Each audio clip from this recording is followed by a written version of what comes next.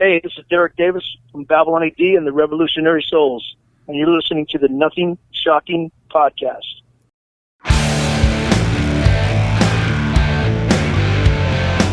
Want to know what's going on in the world of music? Then tune in to the Nothing Shocking podcast, a non-genre based, all-ages friendly rock and roll program. Join us weekly for interviews with all your favorite rock stars from the mainstream to the underground. You can find us at nothingshocking.libsyn.com or anywhere you download podcasts.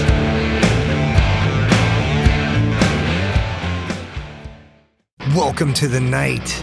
You think you know Night Demon? Then the Night Demon Heavy Metal Podcast is for you. Step into the darkness as we peel back the curtain to give you an unprecedented, all-access look into the mind and the heart of the demon. We're talking band history, song analysis, studio anecdotes, stories from the road. It's everything a diehard Night Demon fan could want and more. This is the only place to learn the inside scoop, the deep dive trivia, the untold tales from the band members themselves and those closest to the Night Demon story. Need more?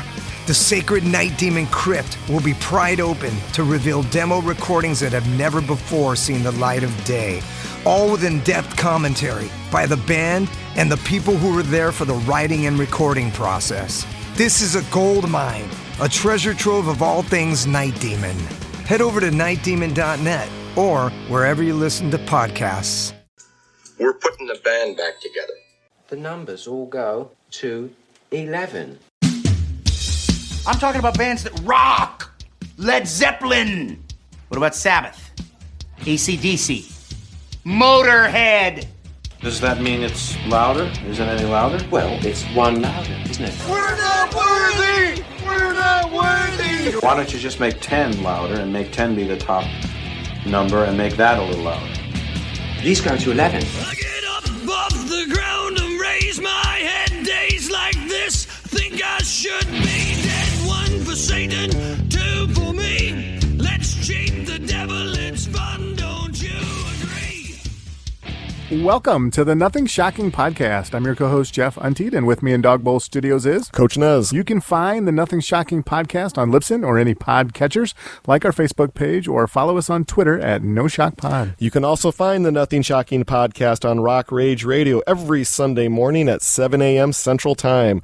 Our sponsor is Ragged Records, located in downtown Rock Island, Illinois, and downtown Davenport, Iowa. We would like to thank the Hong Kong Sleepover for allowing us to use their music for our intro and bumper ending. Tonight's guest is Derek Davis of Derek Davis and the Revolutionary Souls. And Babylon AD. Yeah.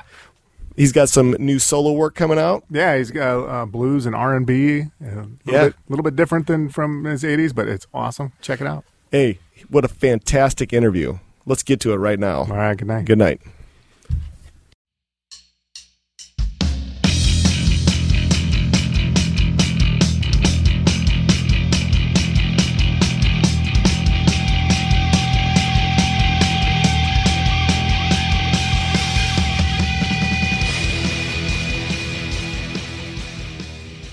Derek, welcome to the Nothing Shocking podcast. I'd like to introduce you my co-host, Jeff Unting.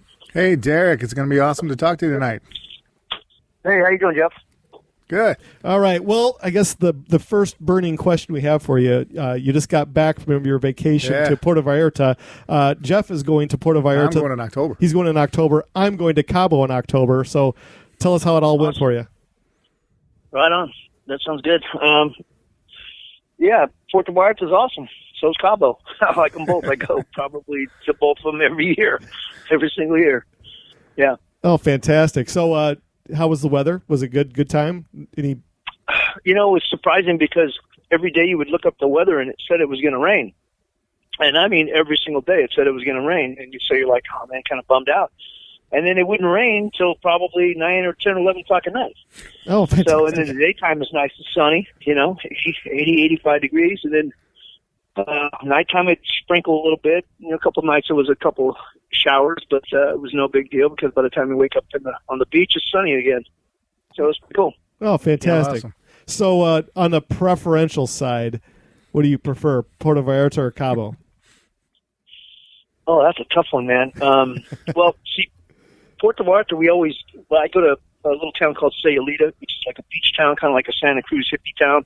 It's about an hour away from Puerto Vallarta. And then we used to stay at a place called Hyatt Ziva, which is probably the best hotel beach that they have down there in Puerto Vallarta. It's got its own little cove and everything, 5 restaurants and all inclusive. It's a really good price. So me and my wife or a lot of friends go down there all the time, once or twice a year. And then Cabo is, Cabo still rocks too. The only thing about Cabo is you really can't get in the water. There's only a few areas. If you're over at the office, you can get in the water, but there's not too many places that is friendly for swimming and stuff like that over in Cabo. But for as far as the nightlife goes, Cabo's rocking, I think, a little bit more than Puerto Vallarta downtown.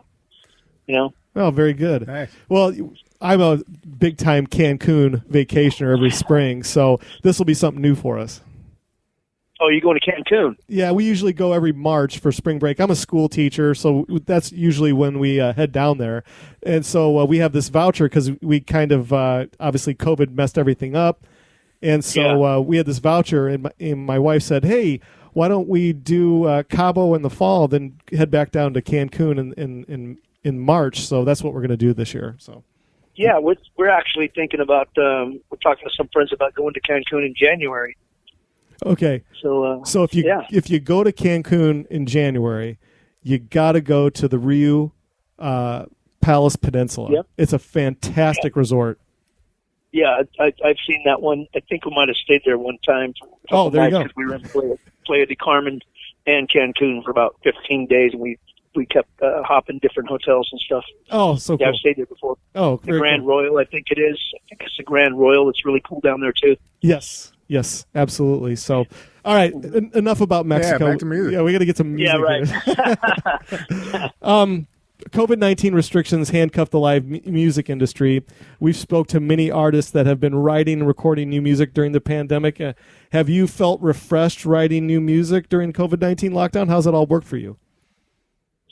Well, pretty much I'm always writing, so it really didn't affect me that much. I have a recording studio at my house, so I'm in it quite a bit, and I'm always working on different types of projects, whether it's Babylon AD or it's my band, The Revolutionary Souls, or it's my own project, or maybe helping produce somebody else. So I'm always pretty busy in the studio. So it really didn't affect me that much, but I'm pretty much in there a lot already, you know what I mean? Mm-hmm. The only way it affected me was not playing out live. I didn't do any gigs for probably a year. So in that way it affected me, but in no way of creativity or being in the studio. Actually, probably stayed in the studio a lot more, Absolutely. So. Jeff, you want to take the next one, or you want me to take the next one? Well, yeah, I was just going to ask you about one of the singles you released in 2020, the War of Love. Can you talk a little bit about the making of that song? Well, that song was kind of funny because I wrote that about two of my good friends. They have that kind of relationship, or they had that kind of relationship, and one of my best friends was with my wife's best friend, so it was pretty tough for us, know. So I kind of wrote that as the lyrics are all like told from like his point of view and her point of view, kind of, So I thought it was really cool, a melody on the guitar, and I came up with it, and I just started thinking of Johnny and Nicole, my friends. I started thinking about them and what kind of relationship they had. It's so fiery, and at one time there was so much passion and love and everything like that. And by the time it got to the end, it was a full-out war, So it really was. And I'd been in relationships like that before, too, and I think everybody has. So Clyde Davis told me one time, he said, when you write a ballad or you write, but you want to be a hit song, you got to try to write something that's kind of universal. Yeah. You know what I mean? That everybody's experienced and everybody has felt before. You can write all the songs you want just about you or about a certain topic, but if not enough people know or felt that way before, you're really in a losing game, Yeah. And not that I try to sit down and write a song and say, well, I'm going to write a universal song. I don't really even try that, but at the same time, it's in the back of my mind that you want to kind of reach listeners, if you want more people to listen to songs so that they've been in the same position that you have, and it's universal, worldly. So. Oh, very good. Can can you kind of talk a little bit about the Revolutionary Souls? It's a funk, a fusion band, a soulful. Yeah. Can you kind of talk about the origins of the band and how it all came about for you? Well, what happened with that was, I wrote the full album. I'd always wanted to do a soul type of album, even though I come from a rock background. Growing up as a kid around Oakland area and stuff, I was really influenced by, soul music, James Brown, Al Green, Marvin Gaye, and, you name it, Wilson Pickett, whoever it is. Mm-hmm. I was really influenced by that vocals, mainly the vocals and the music and stuff like that. But of course, being a musician from where I was at, it was just like you play rock and roll, that's just what you did. So, growing up, it was Aerosmith, Led Zeppelin, Leonard Skinner and stuff like that, even though I liked the soul stuff, you know what I mean? Mm-hmm. So I'd always wanted to do that. So it was a challenge for me, and to challenge myself. I had really, Babylon AD was kind of like writing stages, but at the same time I had all these songs that sounded like they could fit in that pocket. I had enough of them to make a full-blown album, you know what I mean? Mm-hmm. So it's the album Revolutionary Soul is a soul funk kind of rock album. It all has all the ingredients, it has some pretty cool lead guitar and stuff like that. Kind of like the Isley Brothers, I guess you'd say, like when they did Fight the Power album. Yes. Where you still have Ernie Isley wailing on guitar, but it's soulful. You know what I mean? Yeah. So that came about, and as soon as I made the record, I realized that, I got to put together a band around this because it's some kick-ass shit, and then I could do some of the songs I always wanted to do, So I started searching around the Bay Area for the best cats that had the chops, that were professional and had played that stuff before. I didn't want just some bar guys that could, play the songs, like a jukebox. I wanted musician guys that were, really professional, and their techniques were different than other people. So I searched for quite a while, and I finally put this band together, the Revolutionary Souls, based around the album. And now it's kind of morphed into, we're writing our own stuff. We've got 6 songs right now that are written they're in the recording stages right now, almost in the mixing stages. We're almost done all the tracks. Oh, cool. So we'll be putting out something, I think around November, December, we're going to release we're trying to figure out how to do it, but we're thinking like a single at a time, maybe every 6 weeks release a single and a video, It's so hard to do a full-length album right now and just throw it out there, because within 2 months later, nobody gives a shit about it, you know what I mean? But that's what it feels like anyways, So we're trying to just like maybe keep it going, single every 8 weeks or 6 weeks or something, and keep the promotion and the publicity and marketing moving, and trying to get the band some legs, because I tell you, when this band plays out, anybody that's seen us is just like, holy shit, man, they're pretty blown away, And I kind of knew that would happen just by the guys that I was picked, mm-hmm. that I'm able to play with, and I'm pretty fortunate to find these guys that I'm playing with, because they are like at the top of their game with what they do, and they can bring the funk and the soul on, I mean, they know how to do that shit. But the funny thing is, they like to play rock and roll too, because so they come from a totally different background than I do, But it's sounding really cool, and it's sounding really original, and it's just it's a good sound, man. I'm really, really excited about this. You know what I mean? Even though I've got other little projects going on, this is the one I'm really excited about. The Revolutionary Souls. I know we're excited for it. I know. Can you tell us a little bit more about the other members of your band, like who they are and? Well, Chris Patton is a keyboard player. He's been playing around for the Bay Area probably about 30 years or so. His great-great-grandfather is Charlie Patton, one of the blues guitarists, originals, from, some Sunhouse days, like 1920s. I mean, he's in the history books and stuff. So his whole family is musically inclined, all of them. They play music. His brothers, his sisters, his uncles, his aunts, cool. John Lee Hooker is his uncle. You know what I mean? Oh, wow. So, yeah, I was his uncle. So, anyways, so he's got his roots in blues and jazz and stuff like that. He's a great piano player and a really good singer, too. And then Kenny Brown, he's a bass player. His father was a band leader, like in the 40s and 50s and 60s and stuff like that. And his whole family, it's weird because his whole family are musicians too. And I mean everybody, like 6 sisters and 2 brothers, you know what I mean? And he's played with, a lot of cats, guys in Tower of Power and War and stuff like that. LeVay Smith, and just a lot of jazz and blues and soul stuff. You know what I mean? So those 2 guys together are really, pretty much the rock of the band, I'd say. And then on drums, I've got Mark Bieda. He's probably did about 15 albums around the Bay Area. He was in one of the first bands I was in when I was just a kid. Me and him were about 15, 16 years old. And we actually we were young guys, but we were actually recording this at the record plant when we were 18 together. It's funny to talk about that, Yeah. And you're that young and in the studio is like Fleetwood Mac, and Sly Stone, and we just got really lucky. We had a great manager, and we did a lot of good demos there and stuff like that for free, So when you're a kid, you're thinking, I'm going to be a rock star, when you're 18 years old. Never panned out because one of our managers, which we found out later, was a big-time drug dealer, and he got busted. So anyways, I'd always wanted to play with him again. And back in those days, he was more like a Neil Peart kind of drummer. He could just do everything like a machine gun, you know what I mean? And so the funny thing was, all these years we've stayed in touch and everything like that. And he's watched my career, I've watched his career. And so when I started auditioning drummers, I said, all right, well, I should check out Mark. I know I haven't seen him play in a long time. And I just remembered him as like a Neil Peart kind of guy. But man, when I said, hey, let's play some James Brown and Sly Stone and stuff like that, he could hit it just like, it was just weird. He had the funk. You know what I mean? He had it. That's cool. So he had the chops to play that kind of style. And a lot of drummers, they can't play that kind of style. They're playing Bonham and they're playing Keith Moon or whatever. You know what I mean? They can't play that. You know what I mean? They can't play behind the beat at the right times and really get the groove.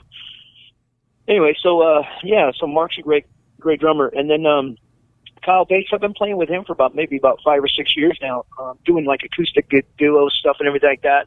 He was one of his bands assigned to MC Hammer's band, a label, I should say, about, 15 years ago or something like that. So he's been a staple guitar player around the Bay Area for quite a long time. He did some stuff in New York and things like that. He's a really good studio musician. And, his whole life, he's just basically given lessons. It's pretty funny when you talk to him because he's never had a job. He's just given lessons since he was like 17. That's cool. It's really weird. He's been able to make a living at it, Yeah. And playing in different bands and playing in different shows. He probably plays about 3 or 4 nights a week at different things, So he's solid too. So we got a really, really cool lineup, and he does a lot of wah-wah in this band and stuff like that, buzz pedals and things like that. And it really makes it sound like, you're transported back to 1976, you know what I mean? Yeah. So it's pretty cool. Oh, fantastic. You kind of touched upon the plan for the band is to release singles at a time, but full-length albums seem to be going by the wayside. Do you prefer like the going back in time and releasing singles like they did in the 50s with 45s, or what is your thought on? I know that the EP thing is always a fascination to me, where it's like six strong songs with no filler. Right. Where is your mindset at now these days?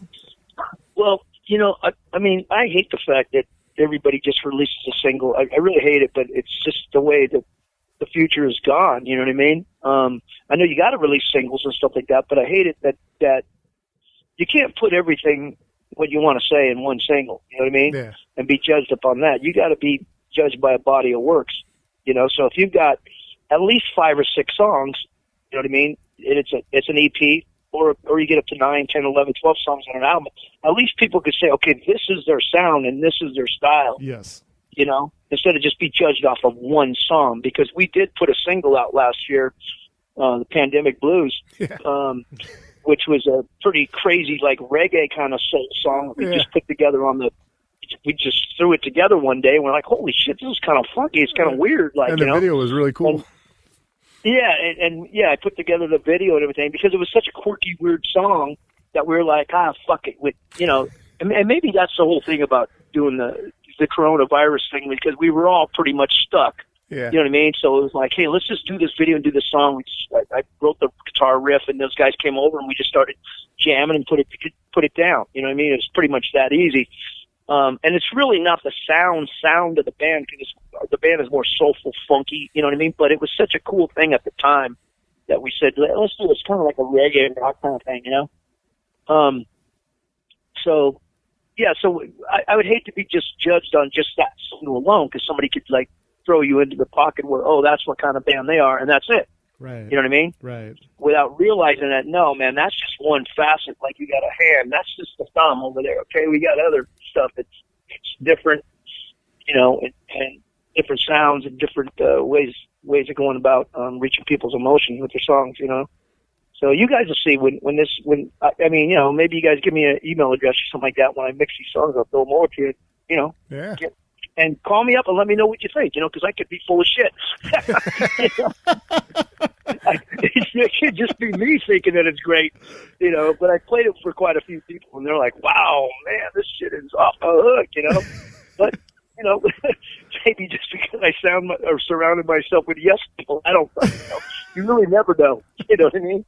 Oh, we could do that. We could do that, yeah, definitely. Yeah, I was just gonna, you know, in making the video, I mean, I always, Eric and I are becoming aging dinosaurs, but we miss the days of MTV and the videos and the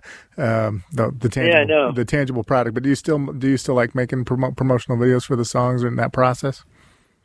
Yeah, you know, because I mean, I do all the videos myself. Every video I've been doing, even with the Babylon AD videos, I did all those, you know, and I really think that's part of the process myself. You know what I mean? That you should have, if you're going to release a single, you got to have a video. And some songs, man, I just wish I put together a video for, because it's kind of like what you're seeing in your mind, what you want people to see. You know what I mean? It's kind of like part of the story, and you're like, how do I get this story across more? You know what I mean?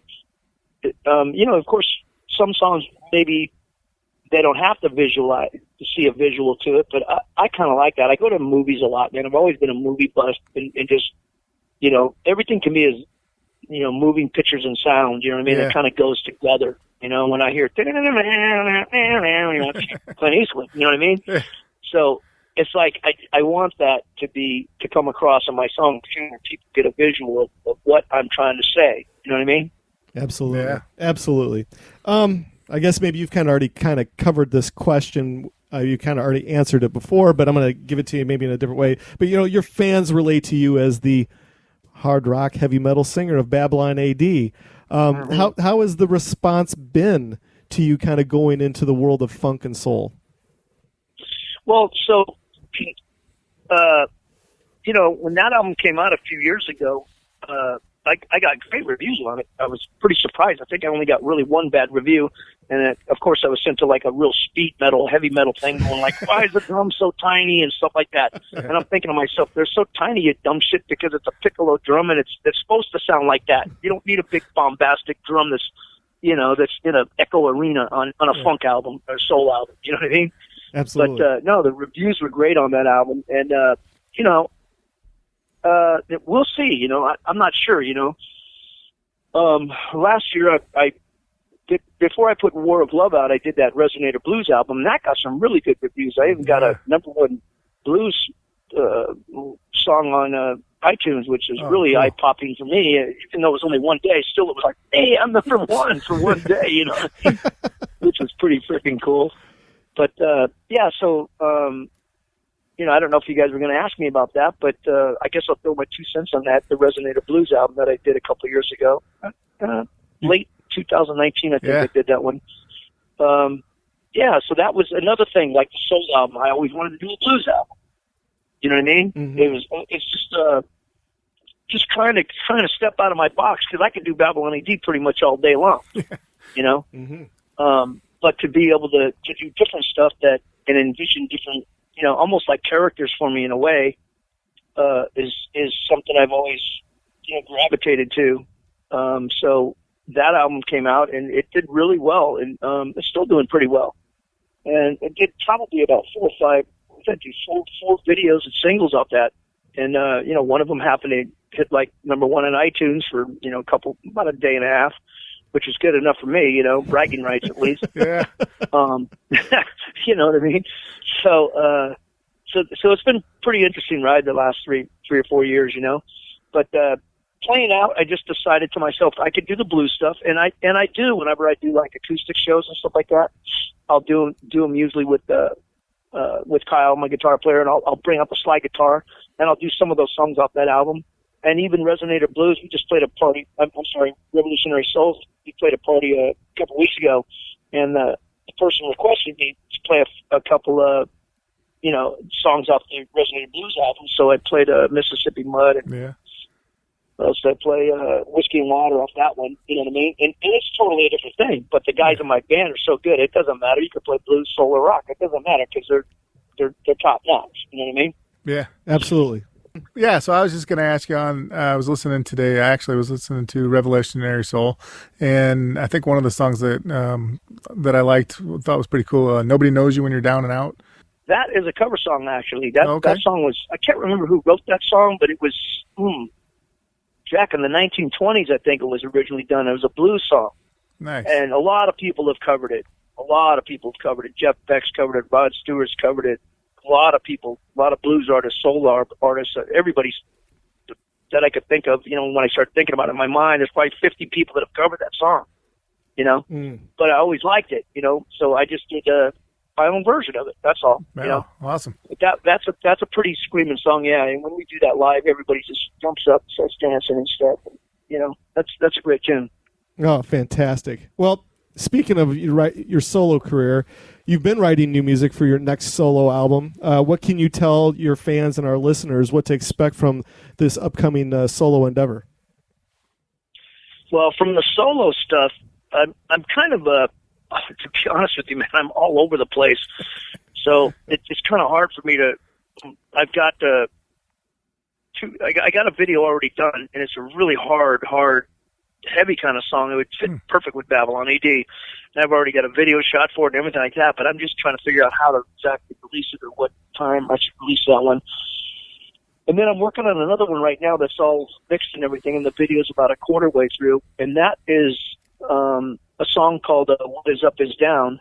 And that song is about what the social stuff going on right now, about the world, how everybody's getting canceled and all cancel culture and everything like that. And it's pretty much like a Timmy Thomas, Marvin Gaye, What's Going On kind of song. Yes. You know what I mean? Yeah. It's really a social conscious type of song, you know, and the lyrics are a lot of asking why, you know what I mean, as the world goes round and round, you know, what is up is down.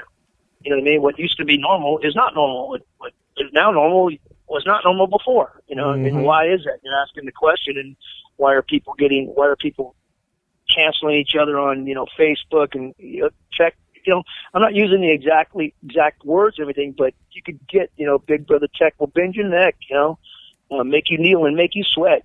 Don't get out of line. You know what I mean? That's one of the lines in the song. So it has to really to do with what's going on in the world today. You know, I'm asking questions in the song. I'm not really taking sides, but I'm just saying, like, what the fuck, man? Can I say whatever I want anymore? You know what I mean? Absolutely. So, I guess this is more of a songwriter's type of question for you, but, you know, when you're writing new music, and do you have to be in the frame of mind when you're writing new music? Okay, this is going to be a Babylon AD song, or this is going to be a, you know, my solo stuff. How does it work? Well, see, that's a little bit of confusion for me, because I write different types of styles of songs. So then I got to try to figure out, well, where would this fit? Yeah. I don't ever sit down and go, I'm going to write a song now. It never ever happens like that. I don't think it ever has. You know, I think maybe I tried to do that when I was a songwriter with Virgin Music. You know what I mean? Because you're kind of like under contract, and then you get sent to like Bruce Kulick's house, you know, and you're going to write a song for Alice Cooper or whatever. So you sit there and you listen to an Alice Cooper song and you go, okay, I think we should do this. It's kind of formulated in really not a way to write a song, but that the publishing companies expect you to bring out a song that's going to be on Alice Cooper's record or whatever. You know what I mean? Right. So you got to get in that frame of mind, and you're actually just working. You know what I mean? And so it's really weird. You're searching for the right lyrics and stuff like that, but you're just kind of mining for something that sounds, hey, that sounds kind of hooky. You know, let's put that in there. You know what I mean?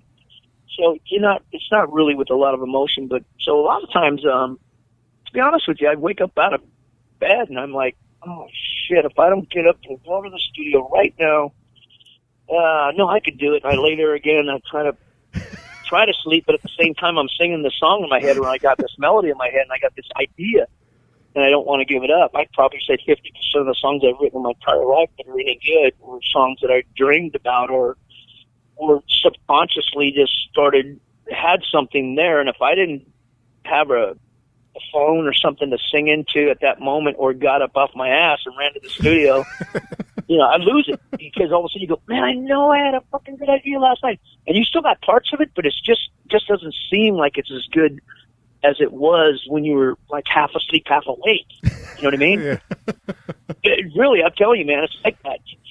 You got good lyrics and everything, and you're like, okay, I'll remember. Next thing you know, you wake up 7 o'clock, fuck, man, what was that chorus again? I don't even remember this part, So I always try to get my ass up, or grab the phone and go in the bathroom or something when my wife's sleeping and just sing into the thing real low with the melody, whatever the fuck it is. You know what I mean? And then the next morning, then I'll get in the studio and I'll listen to it. I'll go, that's not that good.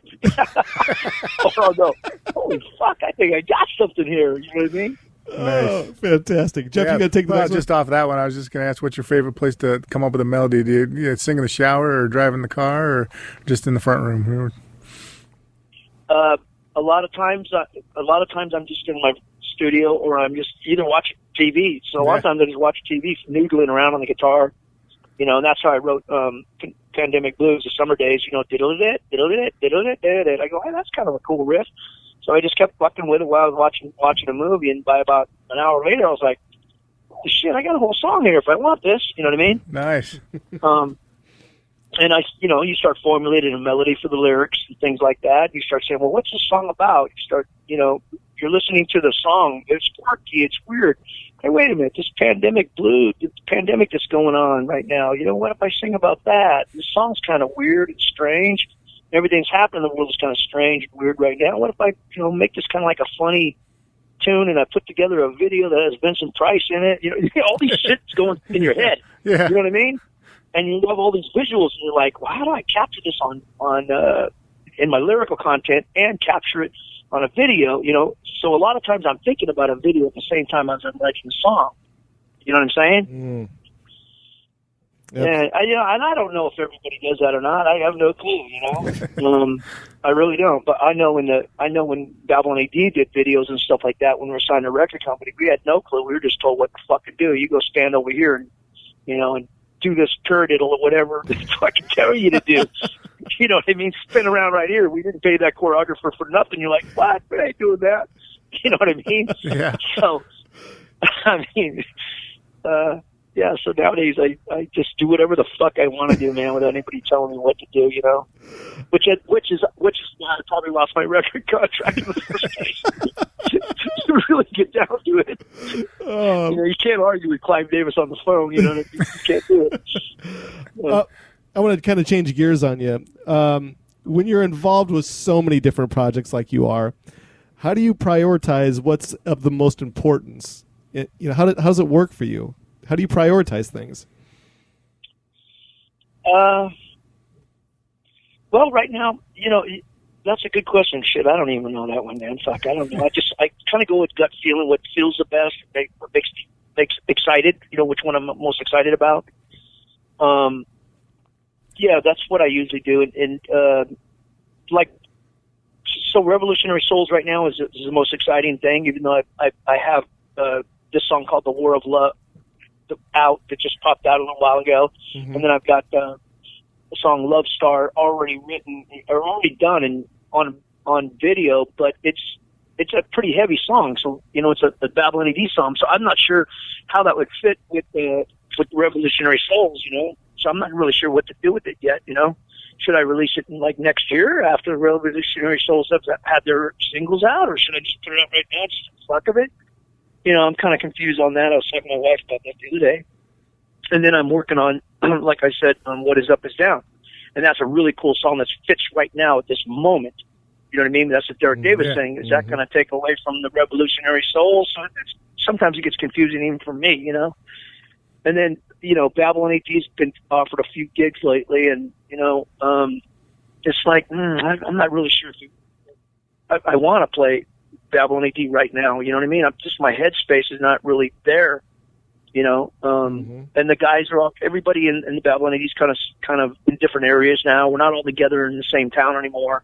Yeah. You know, we don't really practice and we don't really hang out that much anymore. You know, Jamie, the drummer, he's in Vegas, and Danny's in Sacramento, and Rob, the bass player, he's over in San Diego, and Ron's in Tracy, about 50 miles from the house. So it's not like we all hang out together as brothers anymore and play, you know what I mean?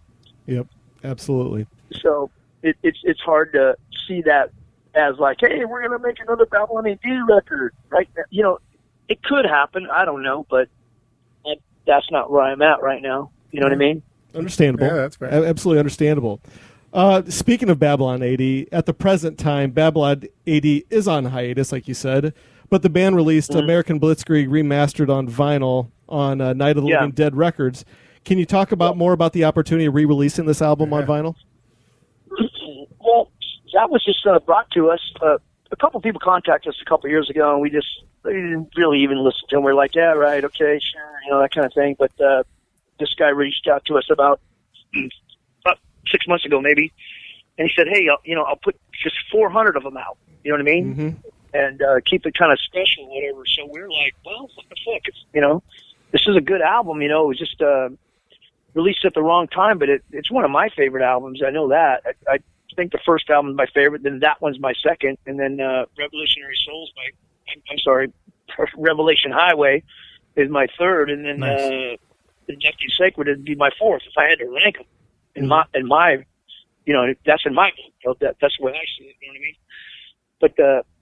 But yeah, so we had the opportunity to put it on vinyl, and like, shit, man, everything sounds better on vinyl. I got to tell you, man, it is super weird if you ever put on vinyl and you put on a song playing over iTunes or whatever, over the same system, even you'll go, holy shit, man, there's quite a bit of difference in the quality, you know.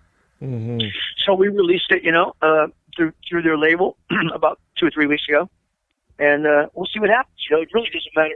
To be honest with you, it really doesn't matter how many it sold because they already paid us up front. You know what I mean? But it'd be good if they sold all 400 of them out. You know what I mean? I know I got 10 of them, so there's 390 of them out there.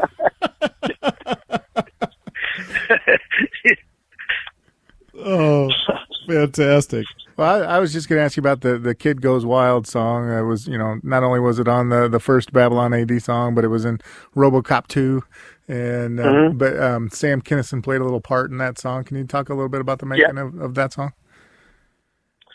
Yeah, so that's kind of a funny story. So we were recording. I can't remember the name of the studio right now. Just losing me, but pretty major studio where usually it had three. I remember it had three recording studios and it was in LA somewhere, and I can't remember exactly the name of it. But anyways, Sam Kinison was there doing his album. I think what else was there? What's that?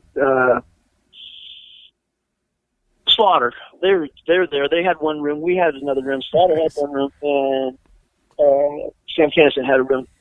So, you know, you run into each other all the time. And Robert Palmer was in there too. That's weird. So there must have been four places. Four spots. Yeah.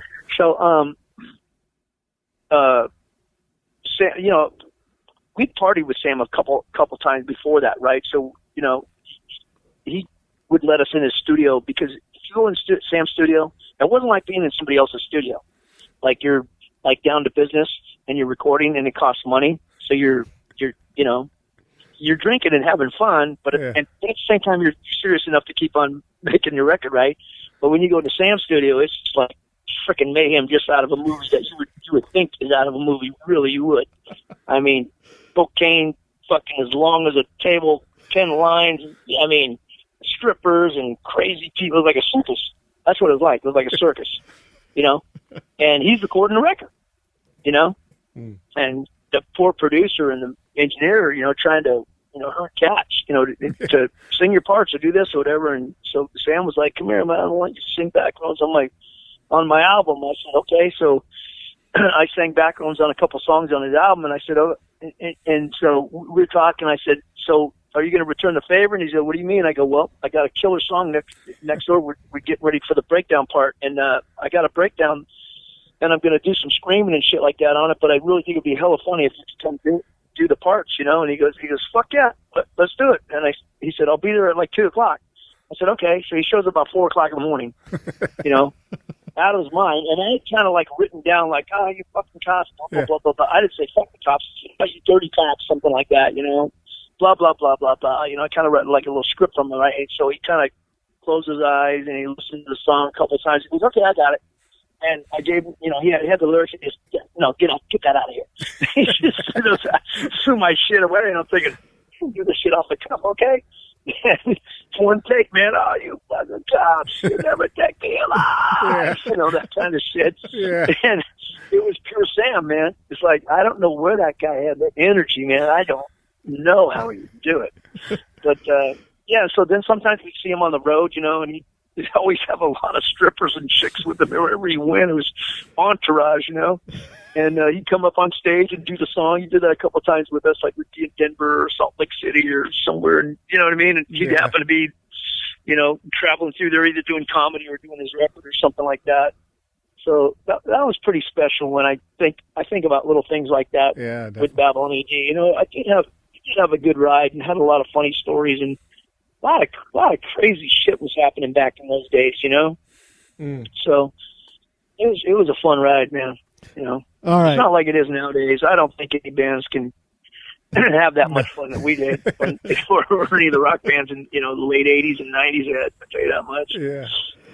All right, so I got one last question for you. This is obviously a Babylon AD question. So, you know, when Babylon AD's debut album came out, it was hot, and a lot of our friends were just blown away by that album, amongst many, obviously, millions of other people. But for me, Babylon AD was more than just a hard rock, heavy metal band. It had so much more elements to it.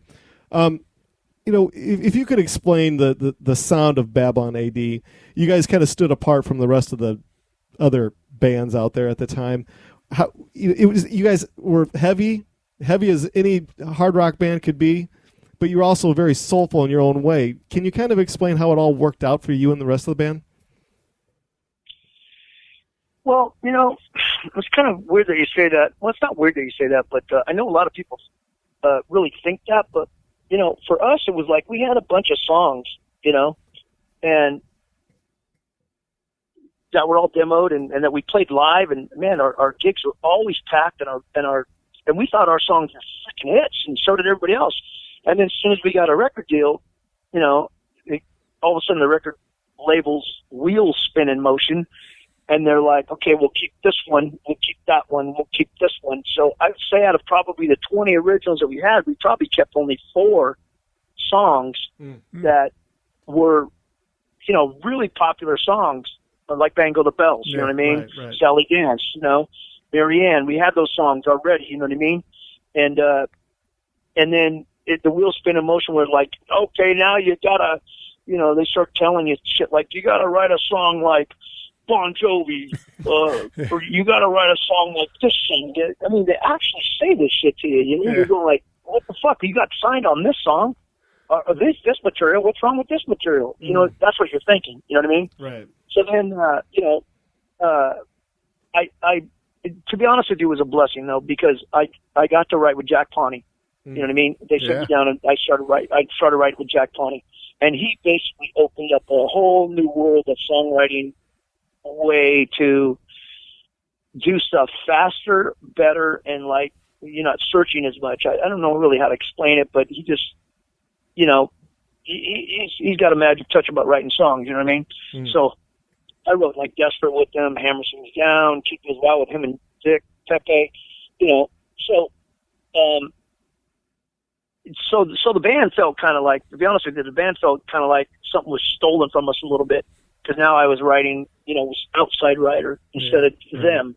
You know what I mean? Yeah. So there was always that little thing of like, you know, what the fuck? We're a band of brothers. We came up together. We did everything together. Now all of a sudden you're writing with a different writer.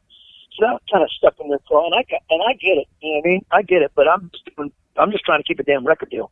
You know what I mean? And a publishing deal. You know. So in a way, it worked out. You know what I mean? But at the same time, if you could hear all the stuff that we did earlier, you'd go, wow, that's a fucking good song. Why didn't they put that? That's what we started getting all the time. Why didn't you guys put this song on the record? Right. And you're going like, well, because they fucking wouldn't let us. You know what I mean? So you're part of the machine. You know, you got to do what the machine tells you to do, you know? Or if, like Clive Davis told me one time on Psychedelic Sex Reaction on the second album, Eric, you don't put this song on this album, this album's not coming out till you write a better one. And I'm thinking, what the fuck? This whole album's better than that song. So how am I going to write a better one? You know what I mean?